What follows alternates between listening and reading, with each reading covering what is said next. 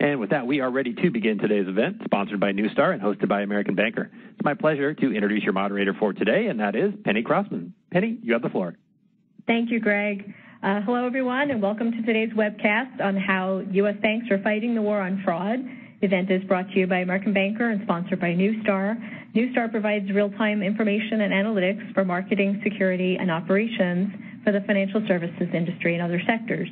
I'm Penny Crossman, and I'll be your moderator. Fraud is often an unspoken threat hiding in the shadows.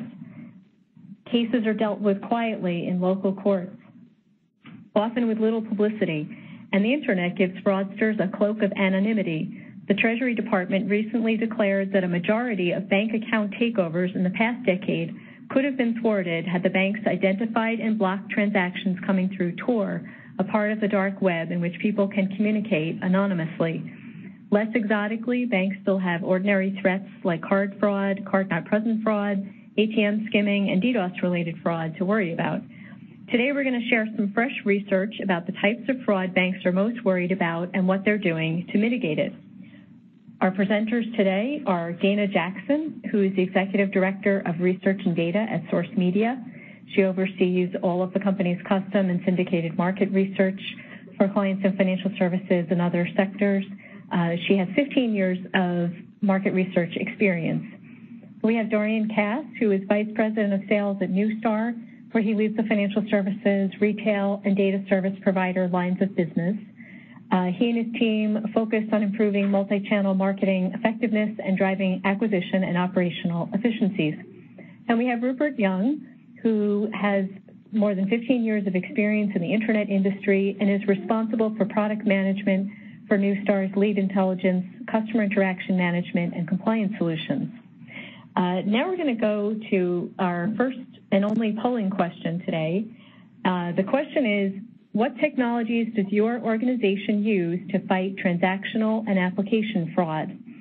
So the choices are third-party identity verification, IP data, meaning monitoring incoming IP addresses and blocking malicious actors, device ID, where you identify the incoming device and map it to the user who registered for that device for authentication, and or a security workflow platform incorporating fraud analytics. And you can choose multiple options here. So we'll give people another couple seconds to choose the technologies that you're using in your organization. And Greg, let's close that out. And this is also going to map to some research that we did where we also asked a number of bankers the same question. So later we'll be referring back to see how the audience responses compare to our earlier survey. I guess if I had to guess, I would say third-party identification is probably the most commonly used technology, and I guess I'm right. The results show that 53% of our audience use third-party identity verification, 51% are using IP data, 42% use some kind of security workflow platform, and 39% use device ID. So more than a third for all of those options. So people are certainly doing a wide number of things. So with that, I would like to turn things over to Dana Jackson. Okay. All right. Thank you, Penny. Good afternoon, everyone. So let me just spend a quick minute on this slide just to go over the background of the study itself. Neustar came to us earlier this year, and American Banker conducted a study for them just to understand the issues around mitigating fraud among financial institutions and credit card and payment processor companies, and sort of to really look at this bigger issue, which is the impact of fraud prevention and mitigation technology and processes on the overall customer experience. So that was kind of really where we focused. To look at a little bit of how we conducted the study, we conducted an online quantitative survey in July, and we got over 200 upper-level banking executives. The sample was drawn from our own American Banker subscribers, And just trying to make sure we got the right folks for the study, we were screening them for, they have to be employed at a bank, a credit union, a credit card company, or a payment processor company. And they had to have a role in fraud prevention, risk management, in general management, strategy, IT, marketing, product, and sales. So really sort of getting a full perspective from a number of roles in the organization. And they really had to have some level of responsibility across all of those roles in fraud prevention or in risk mitigation. Okay? Okay, so then just to give you an idea of who the respondents, what their profile looked like, I mean, we had respondents from commercial retail banks, credit unions, payment processor companies, credit card companies. So the base was 239, and that's the breakout there. And then just in terms of the overall size of these financial institutions, just looking at the banks and credit unions, you can see a nice bell curve there, so distribution across all size institutions. And then just looking at the revenue from the credit card and payment processor companies, just the small base there, you can see that we have respondents from companies on the low end as well as the high.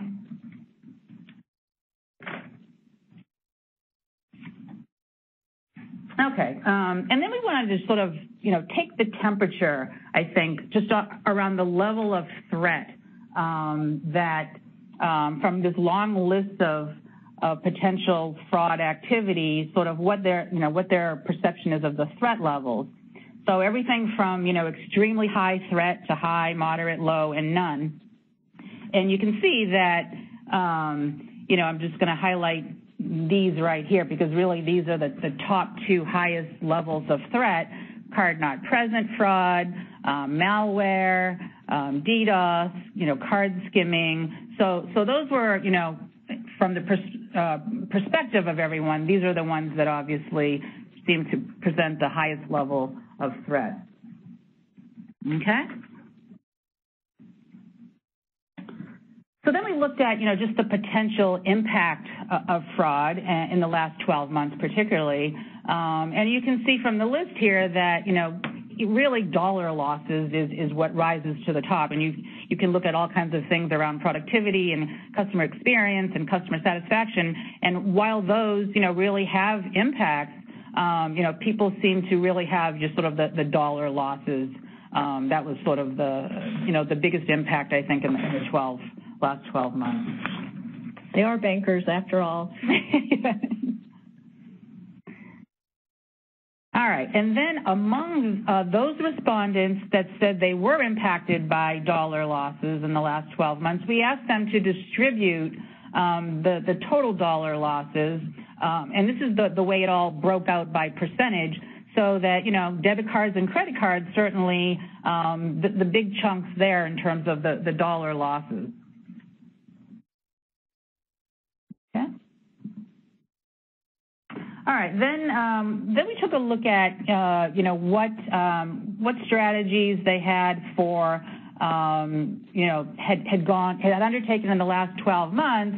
And here I've highlighted, the orange, a number of different strategies and initiatives, but, internal and external audits and risk assessments, certainly the number one, training of staff, and then solutions and technologies, controls and procedures, and a number of other things. Okay? And then some folks wrote in some miscellaneous that we hadn't listed, like investigating fraud software components, real-time reports, et cetera. All right. All right, so what are the primary reasons that your institution increased its investments in the last 12 months? So the top here is, defensive and minimizing exposure. Across all of them, obviously, banks are really looking at the defensive posture. Okay.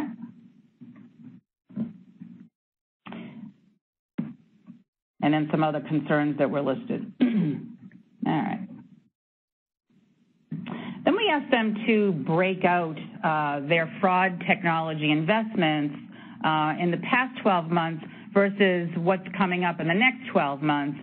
And, for the most part, they sort of all seem to map pretty consistently for what they're doing now in terms of debit cards and others. But I think that if you look at the light blue there, the mobile seems to indicate that there's going to be a little bit more fraud technology investment in mobile in the upcoming 12 months, and perhaps slightly more around and online as well. So that distribution slightly different there for those two.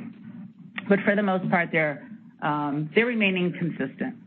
And these people that are answering this particular question, I just wanted to note the bases on the bottom, that they really, we really sort of screened further a little bit around the people that answered these questions. They had a little bit more IT security responsibility in their role, so these are the people that can answer these types of questions. Okay. All right, then we asked about what they think the top fraud-related challenges coming up in the next 12 months are going to be. Again, these are, this is asked of everybody. And if you look at the top here, they're allowed to select up to 3. And the very top is really balancing customer satisfaction with fraud prevention. So that's definitely what our respondents think is going to be, a pretty significant challenge coming up in the next 12 months. And then we had a few other write-ins from the others specify, related to non-educated customers and merchant complacency, et cetera.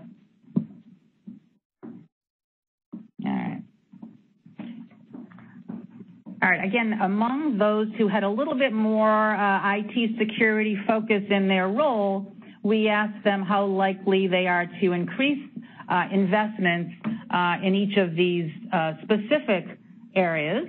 And I'm just going to highlight those 2 there that seem to come to the top. So it's either very likely or somewhat likely. And you're talking about fraud detection technology, certainly 60%, likely, and then network access control monitoring also up there.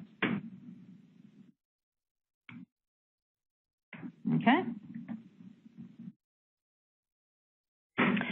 Then we kind of wanted to go back to the concept of balancing technology with the customer experience. So we asked the question, what is the level of collaboration between each of these functional areas that we've listed here at the institution or company to balance fraud mitigation technology and processes with the overall customer experience?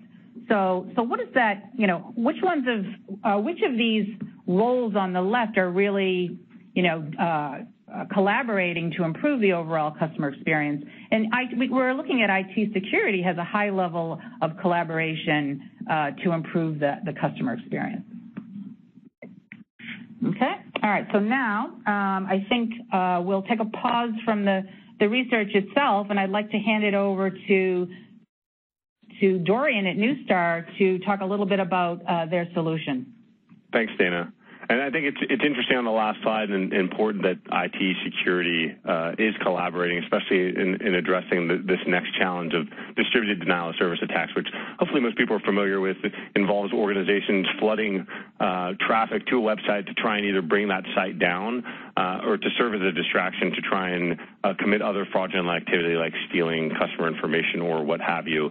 And the evolution that we've seen in the marketplace really has centered around the sophistication of these types of accounts, the size, and the frequency. In the past, best practices really centered around on-premise devices so that if a DDoS attack occurred, you would be in a position to address that. And that was really how most organizations, especially in financial institutions, would look to solve the problems associated with DDoS attacks. In this new environment that we live in, where attacks are quite common, industry experts now focus much more heavily on the need for cloud-based solutions so that scalability and the opportunity to address situations as they occur from a much more cost-effective manner are available to organizations so that they're able to evolve as these attacks evolve. And while I think Neustar does an excellent job of helping our peers, many in the financial services space, address DDoS attacks, in any situation where you're looking at providers out there, there's really three main components that you want to focus on. During an DDoS attack is not the time that you want to discover that you may have the appliances but not the people or the processes in place to help you address the situation. It's not during an attack that you want to figure out where your deficiencies are. The people and the process are really essential. Having the expertise and having an organization behind you that lives and breathes this stuff every single day, that is constantly up to speed on the new efforts and approaches that fraudsters might be taking to try and defeat the current defense mechanisms. And really, do they have the capacity and the technology and the wherewithal to be able to address what is the new normal of these exceedingly large-scale DDoS attacks that are distributed and they're much more frequent, much larger, much more sophisticated, and constantly evolving. And you need an organization behind you that has that expertise and the capacity to be able to solve those problems and ensure that the good traffic's getting in while the bad traffic is kept out. Okay. All right. With that, we'll just move to another research finding slide. And this really was a little bit more specific around listing technologies. So we had asked which of the following technologies in either identity management and intrusion detection is the institution or company currently using. So I've highlighted the two here. Within identity management, it's the third-party identification as the top. And for intrusion detection, it's the fraud detection. Again, these are folks that, you know, had a little bit more IT security focus in their jobs. And I think that looking at the poll results, they seem to map a little bit in terms of the third-party identification being at the top. It's pretty close. So, yes, at the beginning of this session, we asked a polling question. About 240 of you responded from the audience. And from the audience, 53% of you said you use third-party identification. 51% said that you use IP data for reputation risk compliance. And 39% of you said that you use device ID. So, you know, pretty high usage of all of these technologies in the industry. Nothing less than a third of the audience using. Okay. All right. And again, let's pass this off to Neustar again for their discussion on the verification solution.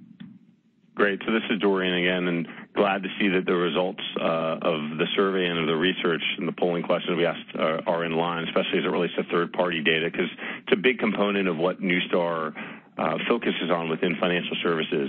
Our approach to verification centers on being able to link fractional identity together in real time across any channel. So being able to authoritatively understand if a name, a phone, an address, an email go together. And that includes landline and mobile and VoIP from a phone number perspective. It includes additional attributes about the phone number and the address themselves. Is there activity? Is it mobile versus landline? Is it business versus consumer? And these sorts of insights are being leveraged in real time by our clients to try and identify more of the good transactions and also catch more of the bad. And it's applicable across front-end originations, being used for account takeover for card-not-present transactions, is really prevalent throughout the fraud ecosystem within financial services.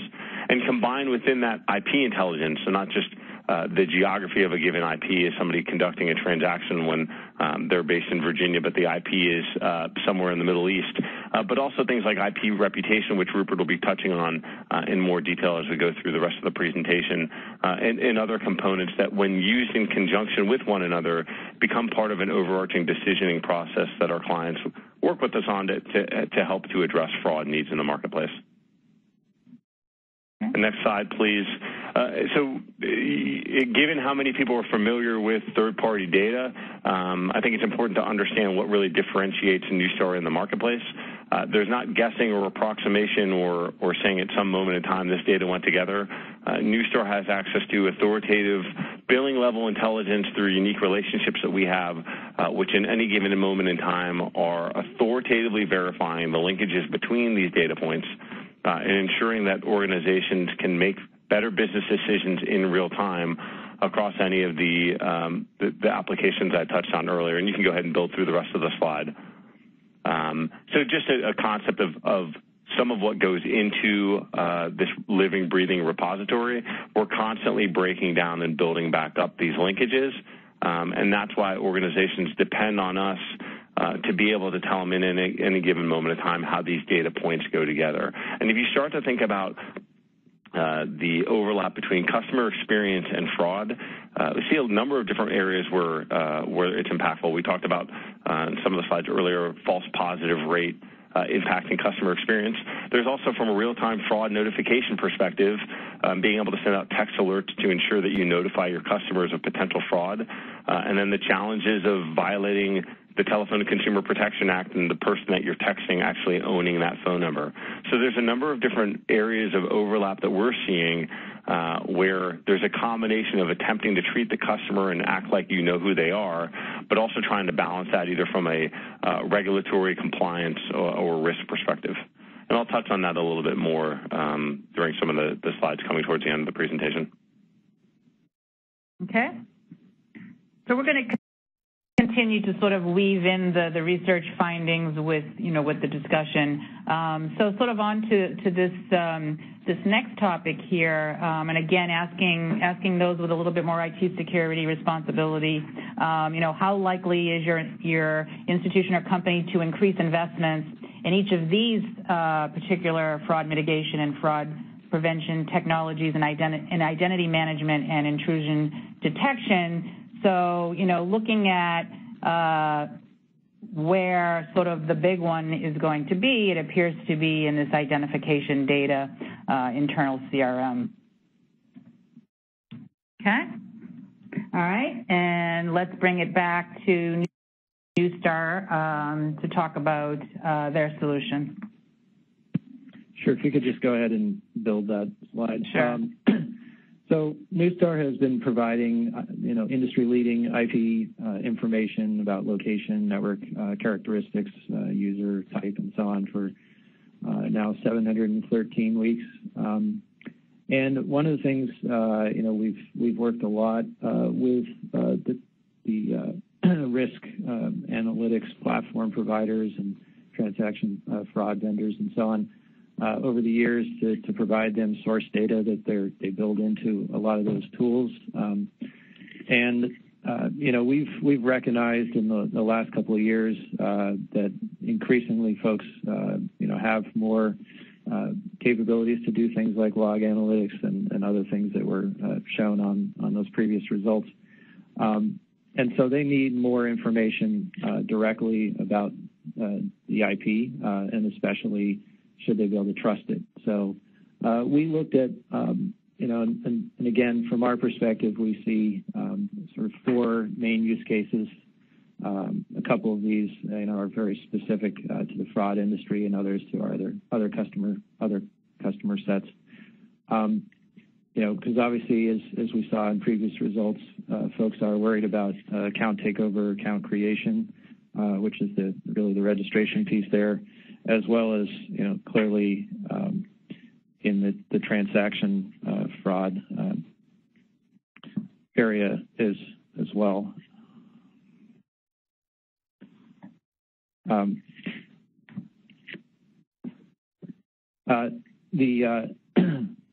We came up with the IP reputation product to really try to help folks with those use cases, and what goes into that is really unique information that we have about usage of IPs and what IPs people are looking up in our different customer segments today. So we have customers, obviously, in advertising, streaming, banking, retail, and so on. We look at across those, are we seeing unusual behavior hitting in usage specific industries, and then report that back. This is obviously data that can be used in combination with other techniques such as device ID and again, to help with the key concern of not impacting customer experience. You always have an IP address. You may have a device ID. You may have a cookie. You may have a registered logged-in user. But you always have the IP information that doesn't require any interaction with the customer's device, and so you can use that as an additional screen. So in our solution, if we move to the next slide, you can you would call us in real time when the customer has hit your site or is trying to complete the transaction. You see the IP address. You can also pass a zip code to us, and we'll tell you whether that location is matching the location that we see for the IP. And so, and again, we provide you the score of should you be trusting this IP, or should you ask for additional information or use additional tests in real time.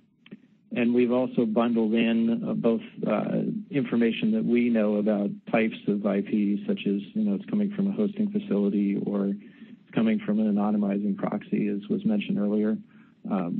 Tor are a serious problem, and so we track all the Tor nodes and the IPs behind Tors, and that goes into the IP reputation score automatically. So there's a very easy way to combine multiple IP tests and use just one score. And then obviously you can also use this after the fact for review processes and other things as well.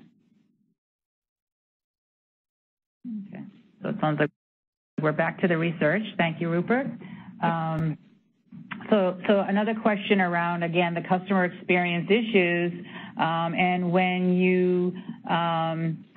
we actually surveyed the base of people that had at least 25% customer responsibility in their role, we asked them how the customer experience was improved by each one of these. And so if you kind of look at what we've highlighted here, everything from high improvement, moderate improvement, low, and none. It's the ease of accessing accounts, accuracy and precision of false positive rates, and the call center identity verification seem to have sort of the higher levels of improvement on customer experience. Okay. All right, so let me pass this off to Dorian again at Neustar, and he can talk a little bit more around the customer-centric approach.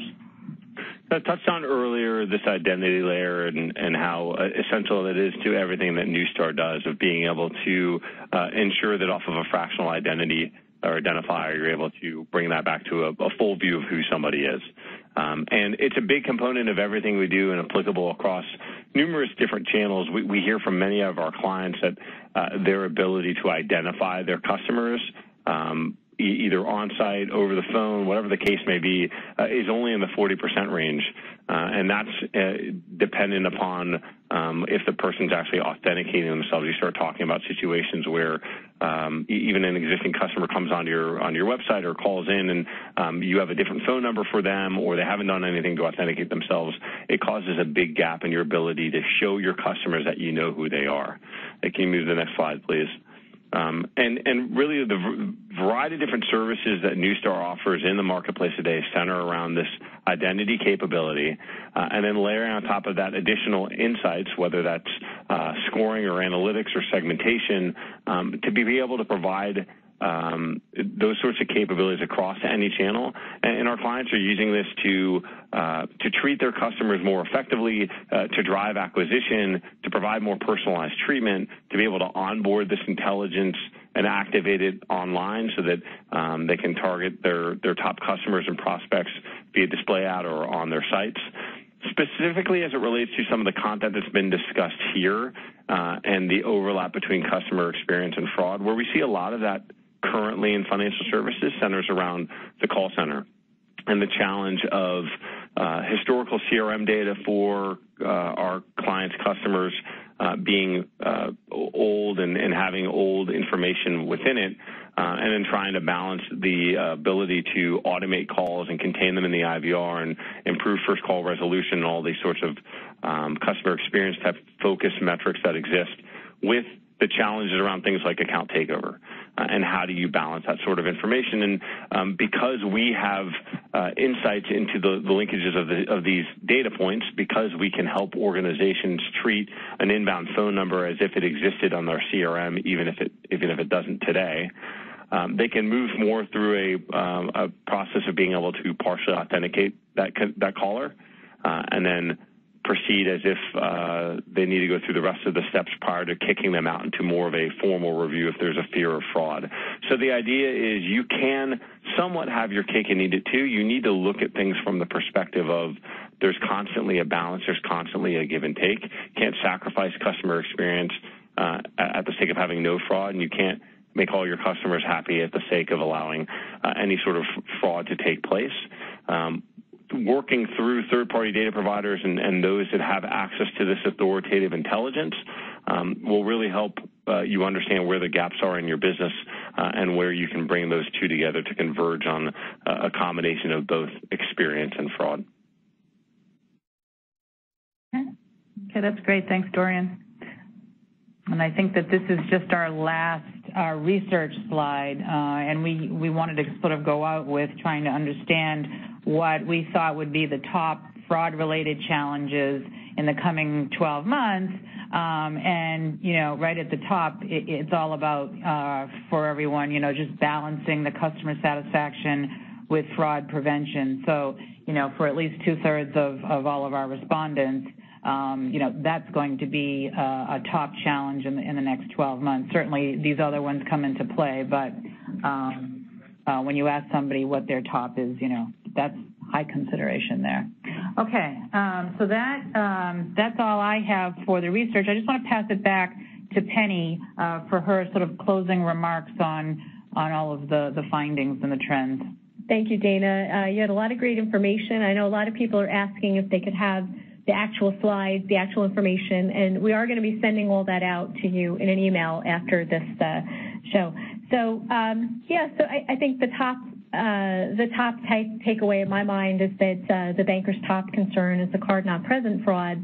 That, to my mind, maps to the fact that a lot of people feel that once the U.S. shifts to EMV, to cards embedded with chips in October, or most retailers and banks will be starting to issue and accept cards with chips in them that are much harder to duplicate, that then all the fraudsters that are currently focusing on card fraud are going to shift away from card fraud because it's going to be harder, and they're going to shift to online banking or online e-commerce fraud, and which there's already quite a bit of that happening now, but the IT group expects that to double in the next 3 years.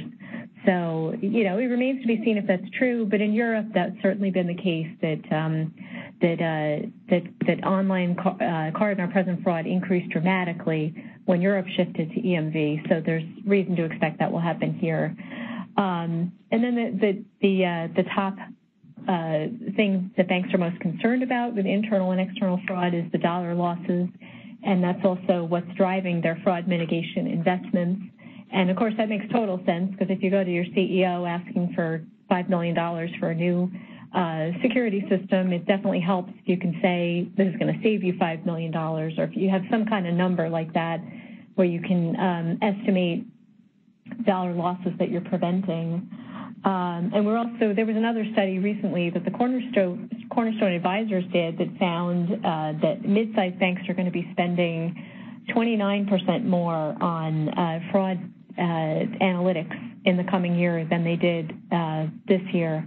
So again, just dramatic increase in spending in this area, and that's more than any other category of tech spending in that study anyway. We're seeing that debit cards and online banking fraud and ACH and wire fraud, credit cards and checks still get the most investment now. But as Dana pointed out, the more banks are going to be spending more on mobile fraud mitigation in the next 12 months. And that's pretty interesting. And I think that might break down to two things. And maybe there's more that I'm not aware of. But I think one is the danger of double dipping, where people deposit their check on their phone, but then they'll also go to a check casher or a bank very quickly and try to cash that check too. We're seeing more of that happening, still not in huge droves, but we're seeing more and more anecdotal evidence that that's happening, and banks are already starting to put measures in place to prevent that. And I think the other thing is the increasing prevalence of mobile malware. There's a lot of malware out there. There are millions and millions of strains of malware that target Android devices, and then there's less, but a growing body of malware that's targeting iPhone devices. And all of this malware is aimed at tricking people into giving up personal information, which then can be used to do things like transfer funds and steal money from their accounts. So that makes a lot of sense that banks are trying to prepare for that. And then, of course, the overwhelming challenge that banks said that they had for the next 12 months is that 60% of banks trying to find a balance between fraud prevention and customer convenience. I mean, there's always a battle between customer convenience and fraud and security issues. I think one thing that we're seeing is a lot of banks experimenting with biometrics, like a lot of banks are starting to support Apple's Touch ID so that people can access their mobile apps with their fingerprint. It saves time and also, is considered to be more secure. But that's just one example of trying to make something, both easy to use and, something that protects the consumer. So I want to remind people that you can still send in questions. We are taking questions from the audience. All right, our first question has to do with e-commerce fraud. How are we defining e-commerce fraud, and how are most banks protecting against this? And I would say e-commerce fraud and card not present fraud are pretty parallel. Dorian or Rupert, would you disagree with me? No, I would agree with you. This is Dorian. I think that's correct. It's actually one of the main areas we've been working over the past couple of years has been in card not present transactions. It used to center around more the high dollar value, and now we've seen it focus more into multiple numerous types of transactions, maybe at a lower dollar value to try and keep it below the radar. I agree with you. I think we're going to see is as it becomes harder to conduct fraud on the cards themselves, there's going to be a shift into more fraud centered around card not present transactions and finding opportunities within certain sweet spot accounts or businesses where the fraudsters can really focus their efforts. Okay, great. And then we have a question about DDoS attacks. Are you seeing DDoS attacks that are leading to or combined with fraud? And if so, can you share any examples? I think, Rupert, that might be one for you. Actually, I think Dorian is really going to probably address the DDoS. Okay, sorry about that. Yeah, I'll answer, and then Rupert will tell everybody how I was wrong. But I think we see that quite a bit, primarily in the example that I had mentioned early on in the presentation, where DDoS attacks initially were being leveraged as means of bringing sites down. And now they're being utilized really as a smokescreen or some sort of distraction for the fraudsters to go and steal customer data. And once you have that customer data, that certainly will then lead to an ability to utilize that for fraud, right? Because now you've got their customer information. You might have their credit card number, might have their date of birth, might have social security number, or might have some of the out of wallet questions that would be used in typical approaches to try and address fraud. All the more reason that things like email verification and mobile phone verification, some of these harder to find, much more individualized data points are becoming a bigger component of the overarching fraud mechanisms and checks and balances are being utilized across a number of different verticals, most notably financial services. Because when DDoS attacks first came up on our radar, during those attacks from the Al-Assam cyber fighters, they basically seemed like a nuisance. Like they wanted to just shut these websites down. They weren't actually going in. As far as we knew, they weren't actually going in and stealing information. Their motivation was to cause trouble.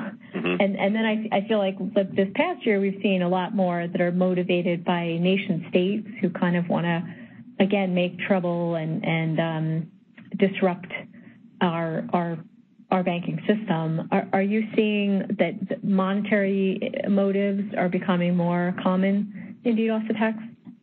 We are. I think in general we're seeing it become much easier to launch more coordinated and sophisticated attacks. The motivation tends to fall in one of two categories: financial or notoriety. And in the beginning, where organizations would try and take down sites to show that they were, it was the big guy versus the little guy, and taking down financial institutions primarily to show that the focus of their efforts and get the notoriety. We've seen that shift much more into before significant events. If you're talking about a betting site, or if you're talking about e-commerce sites on Valentine's Day for a flower provider, things along those lines, threatening these attacks and asking for a ransom or stealing customer data to then be able to use that for revenue purposes. So yes, we have seen a shift very much in that direction, which is why I think a lot of the data points that you're seeing through this research initiative show the need for that much more tightly coordinated efforts across the disparate business units in an organization's attempt to address these concerns, because it's not always as simple as just, hey, we're trying to be a nuisance and we're trying to show that we have power. It's much more often a means to a much worse end. Okay, that makes sense. Now we have a question about card-not-present fraud. With this fraud shift to card-not-present, do you see increased or tightened screening causing acceptance challenges, for any sort of e-commerce or banking site? Do either of you want to address that? No, I can. Go ahead, Rupert. Okay. Yeah, I was just going to say, as Dorian pointed out, clearly as you're going through the screening process, anytime you ask anything in any transactional flow, you always have dropouts, and you have But on the other hand, the goal then is to try to use other types of information behind the scenes, whether it's device ID or IP information, to as was mentioned, moves to new types of biometrics on the device, which can also help with card not present types of scenarios, or making sure you're contacting customers instantly, and thus making sure you have the right information to email them or send them an SMS or so on. These sorts of things, some of them can be done without impacting the customers, and so obviously anything that can be implemented quickly there is going to have a lot of benefit, because yes, you will definitely see some dropouts on if you ask people more information, have them fill in more types of personal challenge response, or make the challenge response questions. Definitely, I think we all recognize these challenge response questions now have gotten to be so hard. We're all going to need software just to track our answers to our challenge response questions. Right. It's very hard to remember how we answer. Who is your best friend in elementary school? Well, where do you want to travel next, and so on. Yeah, exactly. So along with that, we do have a question about what are the best approaches to strengthening security without causing delay or inconvenience to the customer. Do you guys have any thoughts on that? Yeah, I can start. Strengthening security, it's very much in line with what Rupert just touched on, right? And what we could touch on a lot during the presentation. There's a give and take. you can move towards a much more intense and troublesome process for your customers, but at the sake of sacrificing customer experience. So a lot of these discussions, it depends on the groups that we're speaking with. Fraud will focus much more on we need to bring in biometrics, we need to bring other sorts of components into it, but that come with their own costs and impact on customer experience, and can certainly delay the efforts of what the consumer is trying to accomplish. You end up seeing a lot of that impact in things like the call center, where I'm sure all of us can attest to. Now when you get asked questions in the IVR, you're generally just hitting zero and trying to get to speak to somebody because it's just become more of a pain than it's worth. So the more we can take even modest steps to accelerate the process, so as opposed to starting at step one and having difficulty when somebody comes in from a landline versus a cell phone, or my wife calls, or whatever the case may be, being able to link all of that back to the individual, to the household, and corroborate those data points will accelerate the process and begin to build more of that confidence that the customers know you're trying to help expedite and identify who they are, while still ensuring that you're protecting their information, and that requires asking additional questions from there. Yeah, and I would also add, when you think about things like device tests or IP tests, which you can often do without any sort of customer awareness, if you're tracking that you've seen this person connect to your website before from this IP or from this device, you can then, use that to confirm or reduce the number of times you might ask additional questions, which can obviously be a great improvement to the customer satisfaction. You see a lot of banks now implementing, registering your device, and so then they'll take, detailed information about your device, and then if they see you from a new device, they may ask you more questions, similar sort of thing. All right, great. So our next question is, did we get any information about the size of fraud transactions through online banking or internet banking? Now, we didn't specifically ask that, but we did ask people what their dollar losses were and how those dollar losses distribute across different types of fraud. So when we asked people what their actual dollar losses were, about 40% said less than $50,000. About 20% said $100,000 to $499, or $100,000 to $500,000. About 15% said $50,000 to $100,000. Less than 10% said anything over $1 million. And then, but obviously the majority were less than 50,000. So that's quite a broad range. But, it seemed like 50,000 seems to be around the median, I would say, across maybe median's not the right word, but it's sort of typical amount across our readership, the survey respondents. Then among the survey respondents, about 11% of they distribute that when they talk about the distribution of their total dollar losses, about 11% of their losses were due to online transactions.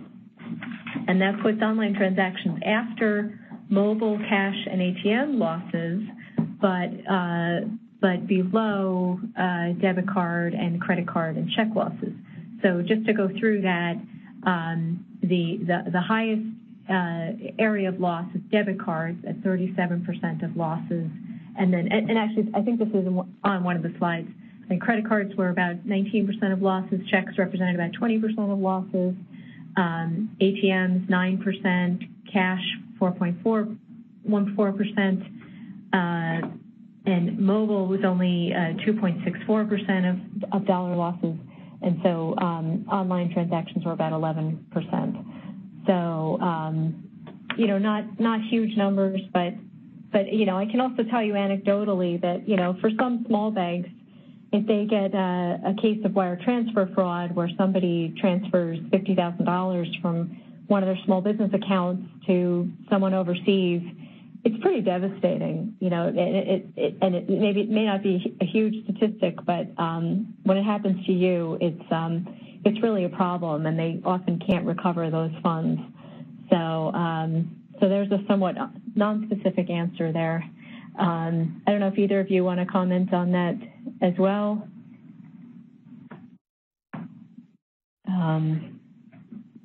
All right, so our next question is, why do you think banks are planning to invest more in mobile fraud prevention technology next year? Well, Dorian? I was just, I think that one is, you know, obviously everyone's following the user, right? And clearly users are quickly moving to their mobile devices and are very interested in either mobile payment or mobile banking. You know, as you mentioned earlier, the example of people wanting to you know, cash their check through scanning it on their mobile device as opposed to actually having to go to a branch location. You know, that is only going to accelerate next year. You're going to see, you know, clearly with Apple's moves and existing payment capabilities from other players in the market, and just the adoption of more ability for people to pay online and also buy on their mobile device. We're going to see more activity there for sure.